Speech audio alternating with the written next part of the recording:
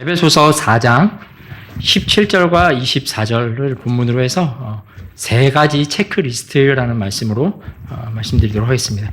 에베소서 4장 17절부터 24절입니다. 조금 길기 때문에 한 절 한 절 교독하도록 하겠습니다. 제가 먼저 17절 읽도록 하겠습니다. 그러므로 내가 이것을 말하며 주 안에서 증언하노니 이제부터 너희는 다른 이방인들이 걷는 것 같이 헛된 생각 안에서 걷지 말지니.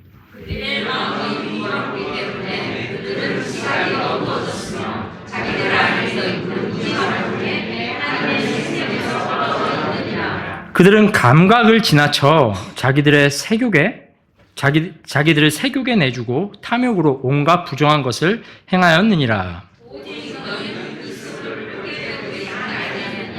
만일 너희가 그분의 말씀을 듣고 그분에게서 가르침 받았다면 진리가 예수님 안에 있는 것 같이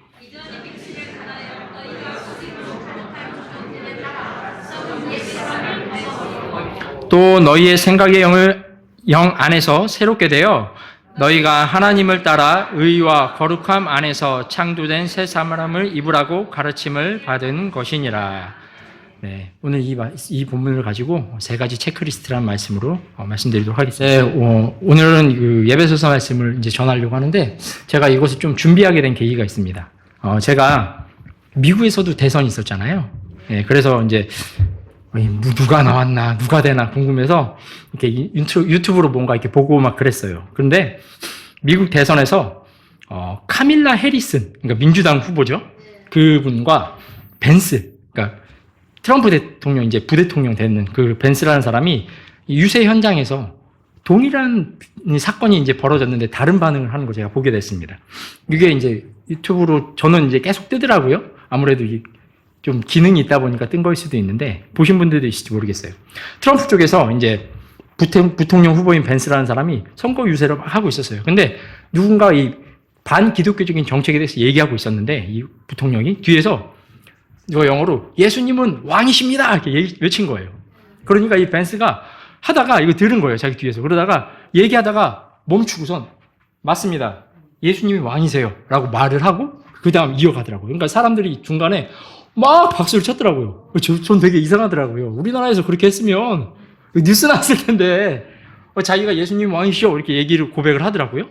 근데 또 반대로 카밀라 해리슨 이제 민주당 후보죠. 이분이 설교하는 자기 이제 유세 현장에 나왔어요. 그래서 이제 유세를 하려고 하는데 동일한 사건이 벌어졌어요. 그 카밀라 해리슨이 얘기하고 있는데 이번에는 예수님이 주인이십니다. Lord. Jesus is Lord 그랬어요. The Lord 그랬어요. 그러니까 이 카밀라 해리슨이 우선 이렇게 얘기했습니다. 이봐요. 당신 잘못된 집회로 왔습니다. 잘못 왔다는 거예요. 집회 장소가 잘못됐다는 거예요. 너가 올 때가 아니라는 거죠. 네. 그걸 제가 보게 됐어요. 좀 이런 대화가 오가는 것 자체가 너무 기뻤고요. 좋아 보이더라고요. 좀 부럽기도 하더라고요. 한국에서는 그렇게 말씀하시는 분이 없더라고요. 그리고 제가 만약에 미국에 살아서 미국에 선거권이 있었다고 하면 이거 내가 누굴 찍어야지 정확히 알겠더라고요. 난 누굴 찍었다. 이렇게 할 수 있겠더라고요. 근데 이 예수님이 왕이십니다. 이 단어가, 이 말씀이 좀처럼 저의 마음에서 좀 떠나지 않았습니다. 어떤 그리스도인이 예수님에 대해서 표현할 때 여러 가지 단어를 사용할 수 있지 않습니까? 예수님은 주님이십니다. 이것도 사용할 수 있고요. 또 예수님이 또 사랑이 많으시잖아요. 그러니까 예수님은 사랑이세요 라고 얘기할 수도 있잖아요. 또 예수님은 평화세요 이렇게 얘기할 수도 있고요. 또 예수님이 그리스도입니다 이렇게도 얘기할 수 있다는 거죠. 여러 가지가 있었는데 그 사람은 예수님에 대해서 뭐라고 얘기했냐면 왕, 그분이 왕이십니다. 그분이 통치자입니다. 그분이 정말 그 왕이 되십니다 라고 표현했다는 거죠. 예수님이 왕이십니다. 이 말은 뭐죠?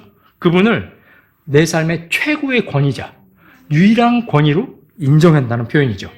이 말을 외친 사람이 제가 누군지 모르겠지만 참 예수님에 대한 권위가 그 사람에게는 어떨까요? 정말 왕과 같으시겠구나 이런 생각을 했다는 거죠. 네, 맞습니다. 예수님은요 이 땅에 오신 하늘에서 이 땅에 오신 유일한 왕이 되세요. 그리고 이 왕은요 다시 오실 왕이시기도 하다는 거죠. 그래서 우리가 예수님은 가볍게 대우할 뿐이 아니구나 이것을 알아야 될 필요가 있습니다. 그리고 구원받은 성도라면요 마땅히 구원받았으면요 제자 오늘 아침에 나왔죠? 구원받은 사람과 제자 다를 수 있죠? 예. 구원받은 성도라면요, 마땅히 예수님은 그 삶에 있어서 모든 부분에 있어 예수님이 유일한 권위자, 왕이 되셔야 되는 분이라는 거죠. 예. 그래서 성경을 제가 좀 찾아보다 보니까 예수님께서 이 땅에 사역하실 때에도 이렇게 예수님의 권위를 가지고 제대로 예수님의 권위를 왕으로서 인정한 사람의 모습이 보게 됐어요. 누구냐면 백부장이었어요. 마태복음 8장에 나오는 백부장이에요. 자신의 종이 병이 들었습니다. 마비병에 걸다가 나오는데 그 백부장이 와서 예수님께 고쳐달라고 간청했어요. 근데 예수님께서 뭐라고 말씀하시냐면 내가 가서 그럼 고쳐주겠다 말씀하신 거예요. 얼마나 기쁜 일이에요. 이 백부장은 예수님에 대한 소식이 들었겠죠. 그분이 고치신 일들을 들었겠죠. 예수님이시라면 내 종이 이 마비병 걸린 거 고치실 수 있을 텐데 이런 소망이 있었던 거죠. 희망이 생긴 거예요. 그래서 예수님께 말씀드렸더니 이제 와서 고쳐주시겠다는 거예요. 야, 여러분들 어떻게 하실 거예요? 감사합니다. 그러지 않을까요? 근데 이 백부장은요, 우리의 예상을 좀 뛰어넘는 답변을 예수님께 드렸습니다. 마태복음 8장 7절에서 9절인데요. 이건 제가 좀 읽어드릴게요. 예수님께서 그에게 이르시되 내가 가서 그를 고쳐주리라 하시니라. 이에 백부장이 응답하여 이르되 주여, 주께서 내 지붕 아래로 오시는 것을 내가 감당할 자격이 없사오니 다만 말씀만 하옵소서. 그러면 내 종이 낫겠나이다. 이는 나도 권위 아래 있는 사람이며 내 아래도 군사들이 있어 내가 이 사람더러 가라 하면 그가 가고 저 사람더러 오라 하면 그가 오며 내 종도로 이것을 하라 하면 그가 그것을 하기 때문이니다 하더라. 지금 이 말은 무슨 말입니까? 예수님은 권위가 있으신 분입니다. 예수님은요, 능력이 있는 걸 제가 압니다. 그러니요, 오지 않으셔도 됩니다. 다만 말씀만 하십시오. 그러면 이 모든 것들, 주님이 말씀하신 이 모든 것들은 완벽하게 순종할 것입니다. 이 믿음의 고백을 한 거란 거죠. 이 답변은요, 참으로 적절합니다. 왜냐하면요, 마태복음 같은 경우는 예수님의 어떤 모습이 가장 잘 그려졌죠? 왕으로 오신 예수님의 모습이 잘 그려져 있어요. 그러다 보니까 예수님의 이런 권위를 적절하게 보여주는 성경 구절에서 이것들이 인용되고 있다는 거죠. 놀랐습니다. 또 이것은요, 예수님이 상상 말씀이라고 하죠. 그 위대한 가르침 후에 이 어마어마한 사역들을 보여주시는데 그 중에 하나로 또 나와요. 예수님이 단지 말씀만 하시면 모든 피조물들이 다 순종한다는 걸 보여주는 그런 기적이 된다는 거죠. 그래서 이것을 볼 때 예수님이 정말로 하나님이신 것을 잘 보여주시는 것, 그리고 그분께서 왕들의 왕이시고 주들의 주이라는 것을 정말 적절하게 보여주는 말씀이라는 겁니다. 그래서 오늘 저 설교를 들으시면서 제가 좀 의도한 건 내가 한 해 동안 혹은 하루도 좋습니다. 아니면 구원받은 후도 좋고요. 주님이 주신 은혜로 내가 살아가는 동안 예수님께서 왕으로서 내 삶의 최고의 자리, 권위의 자리에 주는 그런 삶을 내가 살았는가, 이것을 한번 체크해 보시면 좋겠습니다. 그래서 이걸로 통해 체크해 본다면 앞으로 내가 결정할 때 예수님이 왕으로 계신 그런 결정을 할 수 있겠죠. 또 무언가 내가 삶을 살 때 예수님이 왕이신 그런 삶의 모습을 좀 보여드리는 데 도움이 되지 않을까 생각을 합니다. 그래서 3가지 체크리스트를 한번 말씀드리려고 합니다. 첫 번째는 17절에서 볼 수 있습니다. 17절을 한번 같이 읽어보겠습니다. 그러므로 내가 이것을 말하며 주 안에서 증언하노니 이제부터 너희는 다른 이방인들이 걷는 것 같이 헛된 생각 안에서 걷지 말지니. 17절에 보니까 이제 헛된 생각 안에서 뭐래요?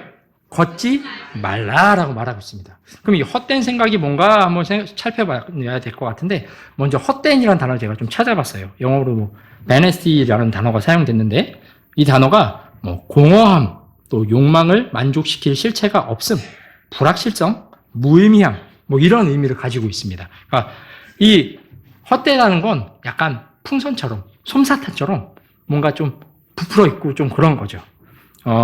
이 같은 단어가 베드로후서 2장 18절에 사용이 됐거든요. 제가 찾아보니까 읽어드릴게요.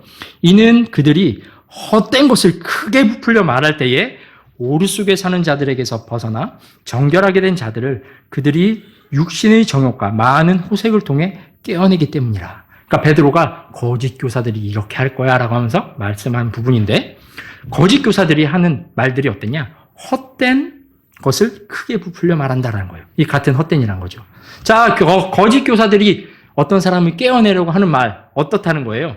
헛되다는 거죠. 그 말은요, 실체가 없다라는 거예요. 결국에는 허망하게 되고요. 결국에 그의 가르침은 어떤 가르침이 되는 거예요? 무의미한 가르침이 된다는 거죠. 그래서 헛된 거예요. 그래서 그를 무슨 교사라고 불러요? 거짓 교사라고 부르는 거죠. 거짓 교사의 가르침에 따라갔는데 구원에 대해 못 받았어요. 그럼 뭐가 되는 거예요? 그게 진짜 헛된 게 되는 거죠. 예, 그런 거란 거죠. 또 이 헛된이라는 이 단어가 명사로 영어에서 쓰일 때는 화장대 아세요? 화장대. 오늘 혹시 화장대 자매님들 쓰셨나요? 예, 화장대라는 의미로 사용됩니다. 적절한 화장은 자매님들을 참 돋보이게 해요. 자매님들을 아름답게 만들고요. 우리 자매님들의 아름다움을 이렇게 더 한층 돋보이게 만들 수 있습니다. 그러나 그렇게 되기까지 연습이 좀 필요하죠. 처음에 화장하실 때는 여기 볼터치만 빨갛게 돼서 아이고 했던 적이 있으실 거예요. 네. 또 어떤 화장은요.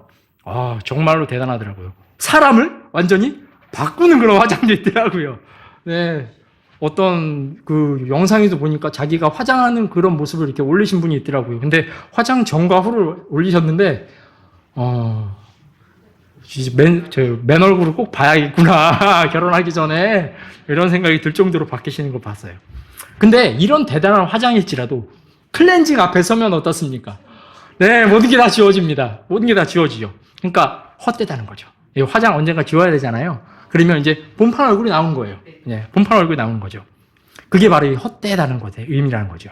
또 그 생각은 어떻습니까? 사람은요, 사람의 생각은 컵과 같습니다. 여러분, 아침에 일어나면, 가장 저희 집 같은 경우는 아침에 일어나면 애들한테, 저도 그런 말 하고, 저도 그러는데, 이렇게, 저희 집은 이제 정수기로 가요. 정수기 앞에 가서 뭘 따라라하게 틀어요. 정수기에서 물. 그래서 물 받아서 꿀꺽꿀꺽 마십니다.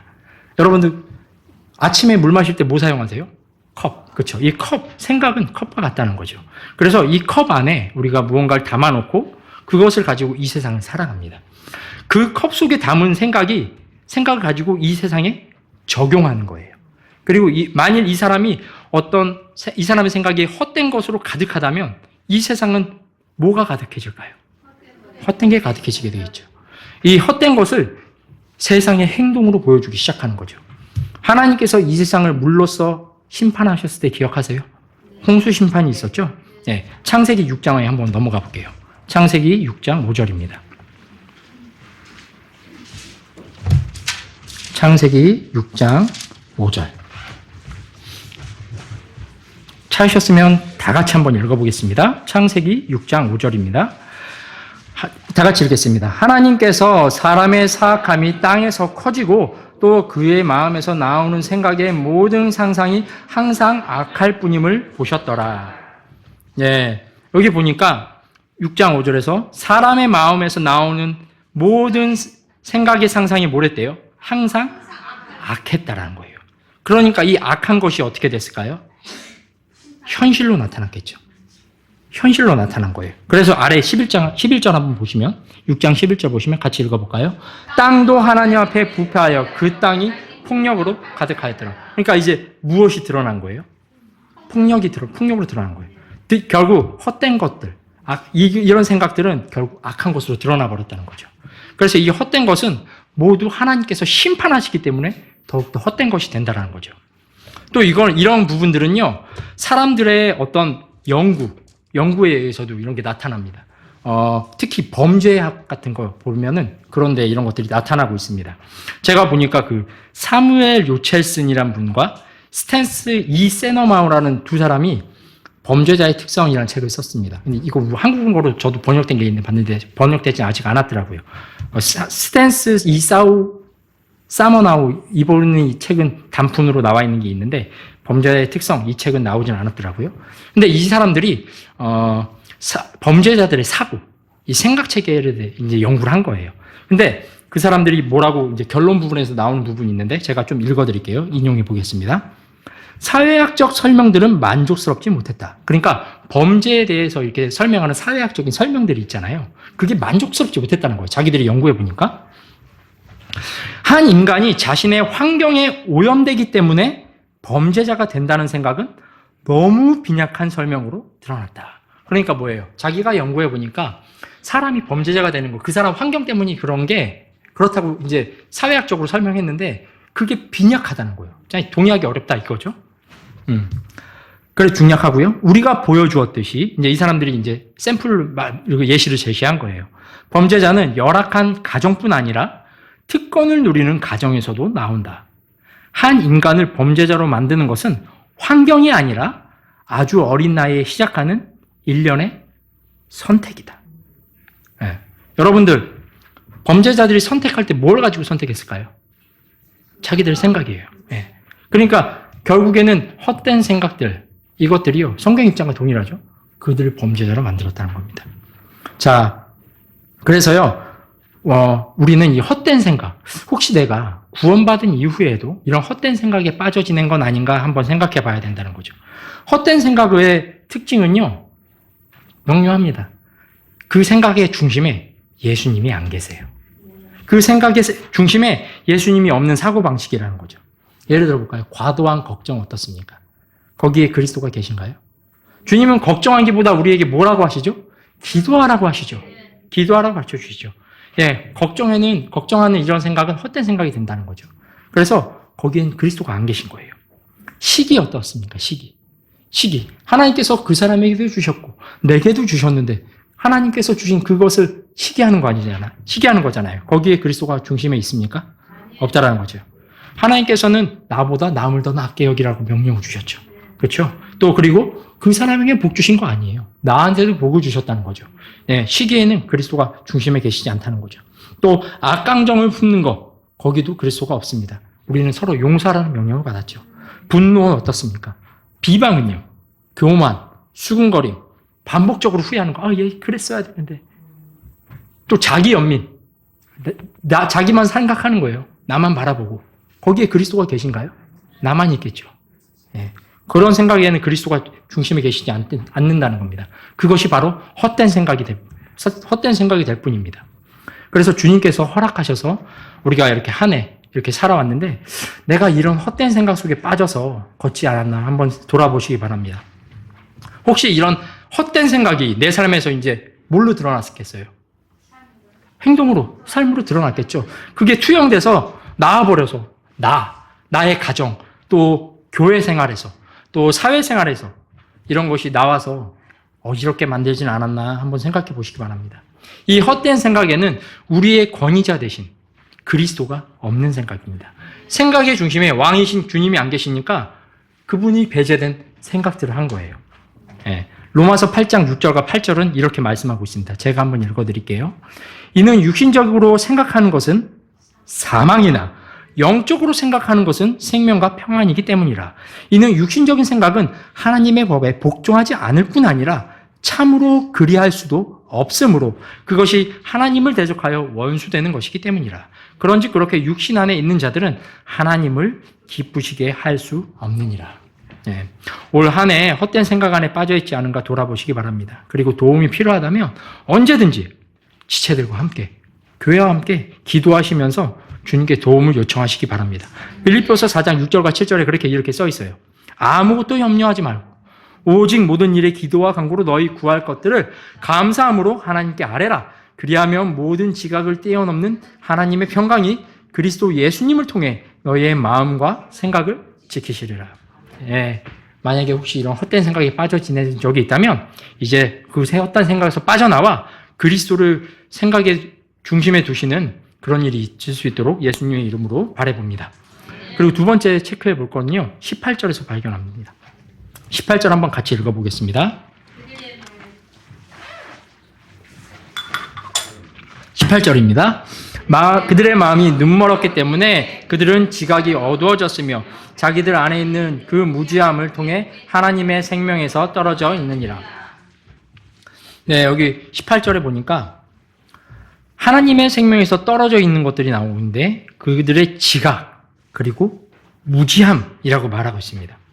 네, 마음의 눈이 멀었기 때문에 여기 나온 것들이에요. 이것들은. 그래서 눈먼 것. 여기 보니까 마음이 눈멀었기 때문에 18절에 처음에 나오죠. 이거 마음이 눈멀었다는 거죠. 이 눈먼 것의 특징은요. 무엇인가 제대로 식별하지 못해요. 네, 제대로 보지 못하는 거죠.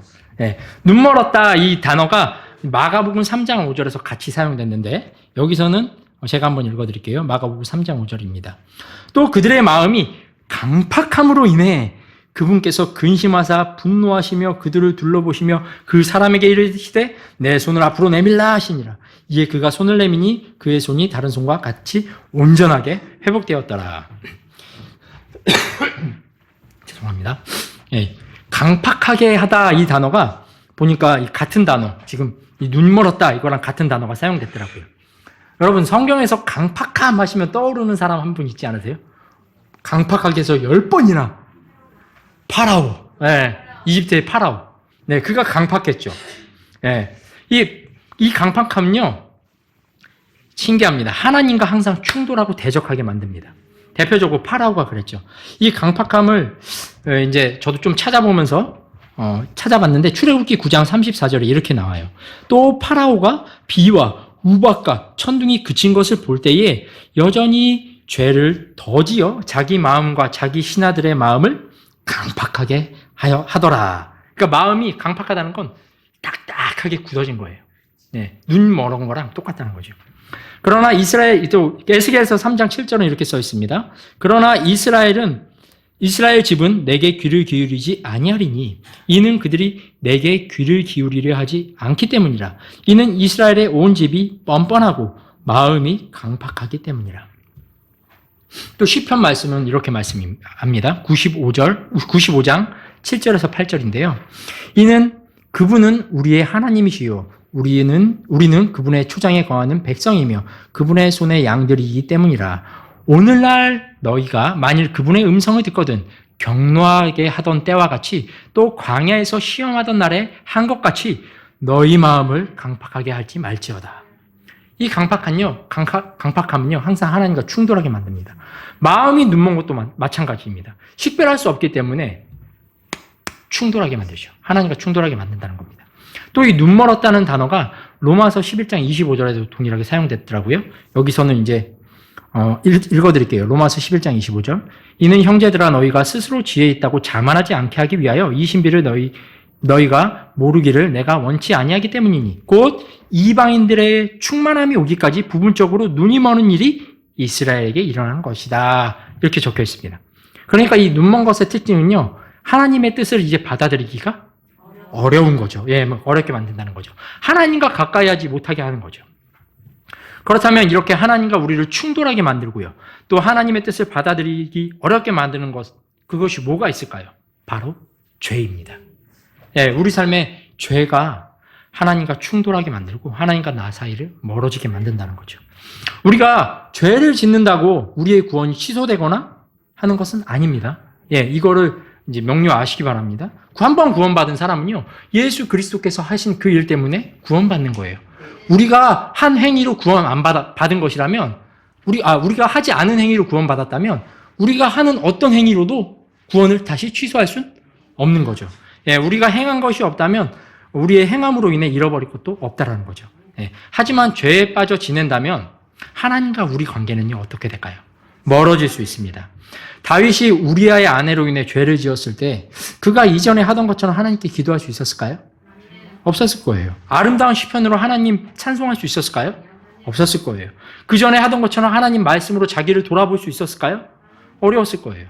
회개하고 자백하기 전까지는 그것이 아주 매우 어려운 일이었을 겁니다. 그래서 두 번째로 체크해 봤으면 하는 것은 하나님의 생명에서 떨어져 있는 것들 속에 내가 빠져 지내지 않았는가입니다. 주님께서 허락해 주신 이 한 해를 사는 동안 얼마나 자주 죄 가운데 빠져 지냈는지 한번 생각해 보시기 바랍니다. 만일 내 삶 속에서 죄 속에 빠져 지낸 것을 주님께서 이제 건드려 주신다면요, 바로 회개하시기 바랍니다. 회개로 주님께 나아가시기 바랍니다. 이 회개는요, 이 강팍한 마음, 딱딱한 마음, 굳어버진 우리 땅과 같아서 말라 비틀어진 이런 땅과 같은 마음에 내리는 비처럼 우리의 마음을 부드럽게 만들어줍니다. 회개할 때 어떻습니까? 여러분 회개해 보신 적 있으시죠? 주님 앞에 그 회개로 나아갔을 때 다시금 그분 앞에 밀착시키시고요. 다시 그 죄를 짓고 싶지 않고요. 이제 주님이 원하시네 좀 바꿔야겠다. 내가 이것을 깨트리리라. 주님께서 그렇게 만들어주시지 않습니까? 네. 그래서 이 회개하는 이 사람은 결국 그 죄들을 자백하는 건요. 요한일서 1장 9절의 말씀처럼 우리를 정결까지 나아가게 해요. 제가 한번 읽어드릴게요. 요한일서 1장 9절입니다. 만일 우리가 우리의 죄들을 자백하면 그분께서는 신실하시고 의로우사 우리의 죄들을 용서하시며 또한 모든 불의에서 우리를 정결하게 하시느니라. 예, 분명히 말씀은요, 우리가 죄들을 자백할 때 그 자백이 우리를 어디로까지 나아가게 하냐면 정결하게까지 나아가게 만든다라는 거죠. 혹시 내 삶에서 왕이신 그분과 충돌하게 만드는 죄 속에서 거하고 계셨다면요, 이 말씀들을 의지해서 회개하시고 죄들의 자백으로 왕이신 주님께 다시금 나아가게 되시기를 바랍니다. 그리고 이제 마지막 세 번째로요, 19절에서 발견할 수 있는데, 세 번째 체크리스트는 지나치게 감각적인 것들을 행하지 않았는가입니다. 19절 말씀 한번 같이 읽어보도록 하겠습니다. 그들은 감각을 지나쳐 자기들을 세욕에 내주고 탐욕으로 온갖 부정한 것을 행하느니라. 여기 보니까 감각에 지나쳐 자기들을 세욕에 내주고 탐욕에 빠지고 온갖 부정한 것을 행했다라고 얘기하고 있습니다. 여기서 말씀해 보면 세욕과 탐심, 온갖 부정한 것이 이제 나오는데요. 세욕은 뭐죠? 지나치게 성적인 것을 추구하는 거죠. 또 탐심은 욕심과 같죠. 내가 다 가지고 가자 하는 열렬한 그런 욕망인 겁니다. 그리고 온갖 부정한 것은요, 깨끗하지 못한 행위들을 말하고 있습니다. 근데 19절에서 제가 좀 주의 깊게 생각하게 된 것은 감각적으로 지나친 것에 자기를 내어주고 스스로 그것을 열심을 내게 하는 그런 것이었어요. 19절에 보면 그들은 감각을 지나쳐 이렇게 찾으시죠. 감각을 지나쳤다. 또 거기 자기들을 세욕에 내주고, 그러니까 감각에 지나친 거를 그 일에 자기를 내주는 거예요. 그리고 마지막에 그것을 행한다라는 거예요. 영어 단어를 찾아보니까 이것들이 행하는 거는 to work 해가지고 열심히 일하는 그런 형태로 나오고 있더라고요. 도대체 이게 무엇일까? 나를 이제 내가 감각적인 거에, 지나치게 감각적인 거에 나를 내주고, 열심히 내주는 거예요. 자기를 내주고, 그리고 그거에 열중하게 하는 거예요. 여러분, 이게 뭐 생각나는 거 있으세요? 저는 중독을 생각했어요.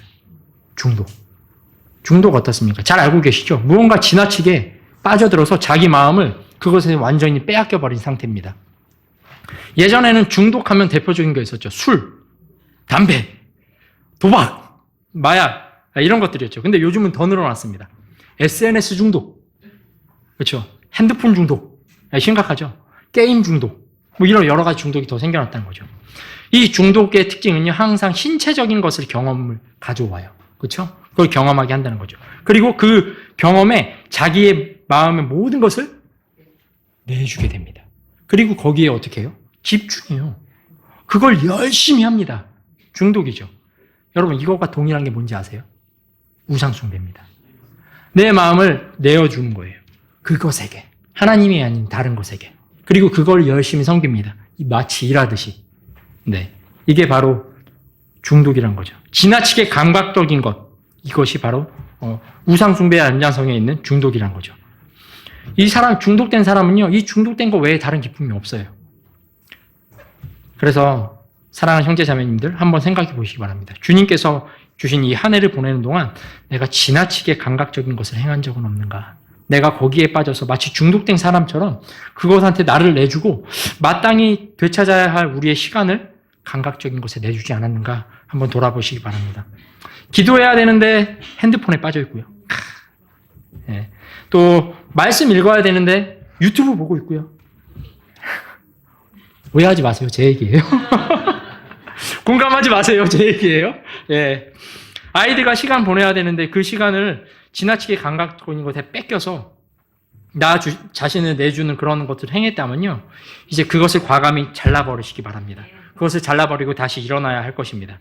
로마서 12장 1절의 말씀 한번 같이 찾아보겠습니다. 로마서 12장 1절입니다. 여기 뒤에도 나와 있긴 한데, 네. 로마서 12장 1절입니다. 찾으셨으면 같이 읽겠습니다. 그러므로 형제들아, 내가 하나님의 긍휼을 힘입어 너희에게 간청하노니 너희는 너희 몸을 거룩하고 하나님께서 받으실 만한 살아있는 희생물로 드리라. 이것이 너희의 합당한 섬김입니다. 우리의 합당한 섬김은요, 우리를 살아있는 희생물로 하나님께 드리는 겁니다. 예. 우리의 몸을 살아있는 희생물로 우상에게 바치는 게 아니에요. 중독된 그것에게 바치는 게 아니에요. 우리의 합당한 섬김은 헛된 생각에 빠지는 것도 아니고요. 하나님의 생명에서 떨어져 있는 그런 죄 속에 거하는 것도 아니고요. 지나치게 강박적인 이런 중독적인 것을 행하는 것도 아닙니다. 오직 권위자 되신 예수님, 왕 되신 그 예수님을 내 마음의 중심에 놓고 그분께 맞추고 그분께 나아가고 그분이 원하시는 걸 행하는 거란 거죠. 네. 에베소서 4장 20절로 한번 넘어가 보겠습니다. 오늘 본문이죠. 그래서 이것들을 얘기하고 해결책을 하나 제시하는데 그게 뭐냐면 20절입니다. 다 같이 한번 읽어볼게요. 에베소서 4장 20절입니다. 오직 너희는 그리스도를 그렇게 배우지 아니하느니. 이 마땅히 계셔야 될 이 예수님을 내 중심에 두지 못해서 나왔던 이런 것들, 헛된 생각 속에서 걷는 것, 하나님의 생명에 떨어진 죄쓸 속에 있는 것, 또 감각적인 것들, 이런 것들의 모든 해결책은요, 그리스도로 모든 것을 다시 재편하는 거예요. 다시 바꾸는 거란 거죠. 그래서 그리스도를 그렇게 배우지 않았다라고 얘기하고 있다는 거죠. 예, 예수님의 말씀을 듣고 그분께 가르침 받았을 때 우리는 헛된 생각에서 걷는 걸 배우지 않았어요. 그리스도를 중심에 두고 생각하는 것을 그리고 걷는 것을 배웠다는 거죠. 우리가 하나님의 생명에서 떨어져 있는 것을 그리스도를 통해 배우지 않았습니다. 그리스도를 닮은 거룩함을 배웠죠.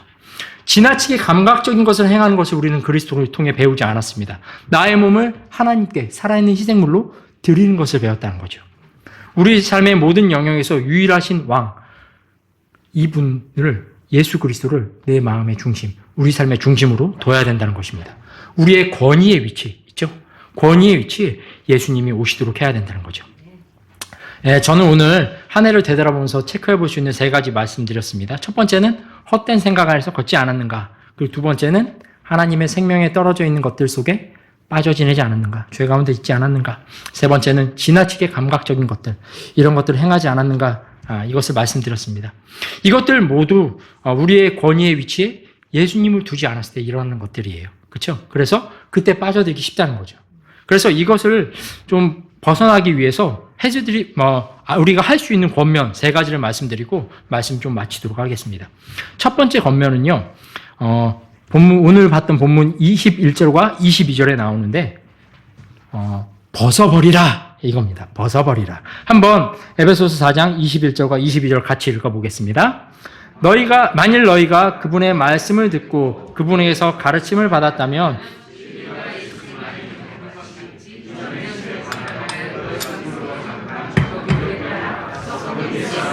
벗어버리고, 여기 보면은 썩은 옛사람을 어떻게 하래요?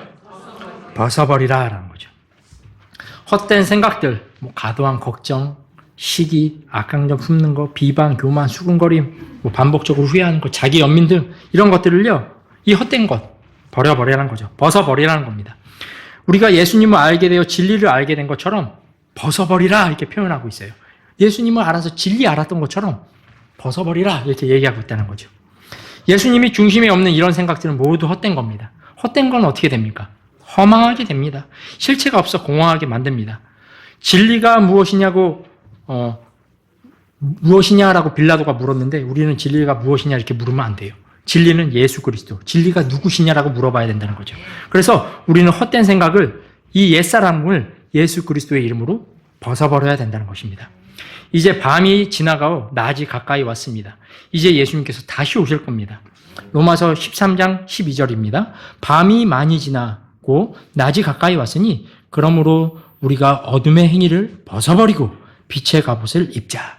혹시 우리가 이런 헛된 생각들, 이런 것에 빠져 있었다면 우리의 헛된 생각과 더불어 옛사람까지 모두 벗어버리시기 바랍니다. 그리고 두 번째 권면은요, 23절에서 발견할 수 있는데 새롭게 되라입니다. 23절 한번 같이 읽어보겠습니다. 또 너희 생각의 영을 안에서 새롭게 되어. 네. 이전에 우리는요, 마음의 눈이 멀었어요. 그래서 마음이 강팍했고요, 딱딱해서 가려워져 있었습니다. 하나님의 생명에 떨어진 죄 속에서 우리의 영은 적극적으로 하나님께 반응할 수 없었습니다. 종종 구원받은 우리도요, 이전처럼 이렇게 죄 속에서 빠져 지낼 때도 있습니다. 그러나 우리는 성령님을 통해 새롭게 될 수 있습니다. 로마서 12장 2절에 이렇게 말씀하고 있습니다. 너희는 이 세상에 동화되지 말고 오직 너희 생각을 새롭게 함으로 변화를 받아 하나님의 선하시고 받으실 만하며 완전하신 뜻이 무엇인지 입증하도록 하라. 생각이 새롭게 함으로 변화를 받아 하나님의 뜻을 입증하실 수 있는 그런 성도로 드러나게 되시기 바랍니다. 그리고 세 번째 권면은요, 24절에 나오고 있는데 한번 같이 읽어보겠습니다. 너희가 하나님을 따라 의와 거룩함 안에서 창조된 새 사람을 입으라고 가르침 받은 것이니라. 세 번째 권면은 새 사람을 입으라라는 겁니다. 새 사람을 입으라. 이전에 나는요, 지나치게 감각적인 거 추구했다고 했죠. 그리고 나의 마음의 왕자에 중독된 것들을 이제 권위로 삼아 모시고 살았습니다. 그러나 의와 거룩함 안에서 창조된 이 새 사람은요, 더 이상 그런 우상 숭배하지 않습니다. 더 이상 그런 감각적인 것에 자기를 내주지 않습니다. 오직 예수님만을 왕으로 모시고요, 그분의 권위만 인정합니다. 그러므로 이 덧입은 새 사람으로 살아가시기 바랍니다. 고린도후서 5장 17절의 말씀처럼 그러므로 만일 누구든지 그리스도 안에 있으면 그는 새로운 피조물이라. 옛 것들은 지나갔으니 보라 모든 것이 새롭게 되었도다 이렇게 말씀하고 있습니다. 우리가 새 사람이 됐다는 거죠. 새 피조물이 됐다는 거죠. 그리고 이 새로운 피조물은요, 예수 그리스도의 의와 거룩함 속에서 창조되었습니다. 그래서 그리스도를 통해 빚어진 새로운 사람들이란 거죠. 새로운 사람으로 하나님 것을 추구하는 성도들로 나타나야 되시길 예수님의 이름으로 바라봅니다. 그래서 제가 오늘 이렇게 세 가지 말씀드렸고요. 이 세 가지를 또 권면 세 가지도 말씀드렸는데 한번 삶을 돌아보시고 주님께 집중하지 못했고 그분을 내 왕으로 모시고 내가 살아보지 못했다면 그것을 회개하시고 다시금 돌아서게 되는 그런 계기로 삼으시기 바랍니다. 여러분 에베소서 지금 보셨잖아요. 4장 20절에 오직 너희는 그리스도를 그렇게 배우지 아니하였느니라. 제가 이게 설교를 준비할 때마다 서로 논의한 적은 없는데 항상 보면 오전과 오후가 이렇게 연결되는 걸 느낄 때가 있어요. 제자가 뭐라 그랬어요? 배우는 사람이잖아요. 우리는 예수님의 제자잖아요. 누구한테 배워요? 예수님한테 배우는 거예요. 그런데 20절에 너희는 그리스도를 그렇게 배우지 않았다 그랬어요. 그 말은 무슨 뜻이냐면 지금 세 가지 체크리스트를 말씀하면서 이렇게 우리가 헛된 생각 안에서 걷는 건 아닌지, 또 마음이 눈멀어서 강팍하게 되는 건 아닌지, 그리고 지나치게 이렇게 어떤 욕심에 사로잡혀서 사는 것은 아닌지 체크리스트를 제시했잖아요. 그런 식으로 가는 거라면 그리스도의 제자다운 삶이 아니라는 거죠. 그리스도께 배웠다면 그런 식으로 살 수가 없다는 거죠. 그렇게 계속 간다 그러면 우리가 어떻게 주님께 영광이 되겠어요?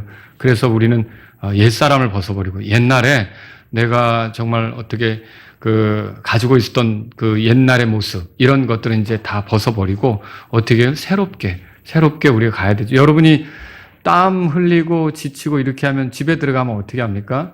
샤워하죠. 샤워하고 다시 벗었던 속옷을 입진 않잖아요. 그죠? 그럴 때는 어떻게 해야 돼요? 새 옷을 입어야죠. 마찬가지로 우리가 뭔가 지금 잘못되어 있다면 마음을 새롭게 해서 옛 것은 다 치워버리고 새롭게 이렇게 가는 게 제자다운 모습이라는 거죠. 우리 다 같이 일어서시겠습니다. 오늘 말씀을 들으신 여러분 가운데 하나님 아버지, 제가 제 자신을 돌아볼 때 너무나 헛된 생각 안에서 걸었던 것 같습니다. 오늘 내가 이런 모든 헛된 생각들 다 내려놓고 내가 정말 진리 안에서 올바르게 내가 걷기를 원합니다. 이런 분이 있다면 이 시간 주님 앞에 나아가십시오. 하나님 아버지, 내가 주님을 알면서 마음이 강팍하게 된 적이 많았습니다. 하나님과 충돌하면서 내 고집대로 가려고 했던 적이 있습니다. 그러나 이런 모든 것들을 내려놓고 예수님의 제자답게 살기를 원합니다. 이런 분이 있다면 이 시간 주님 앞에 나아가십시오. 하나님 아버지, 내가 쓸모없는 것들에 너무 마음 빼앗겼고 중독되어 있었고 그래서 정작 중요한 일들을 하지 못하는 그런 일이 있었습니다. 그러나 이런 모든 것들을 내가 이제 내려놓고 새롭게 되기를 원합니다. 새 사람으로서 주님을 섬기며 가기를 원합니다. 이런 분이 있다면 이 시간 주님 앞에 나아가십시오.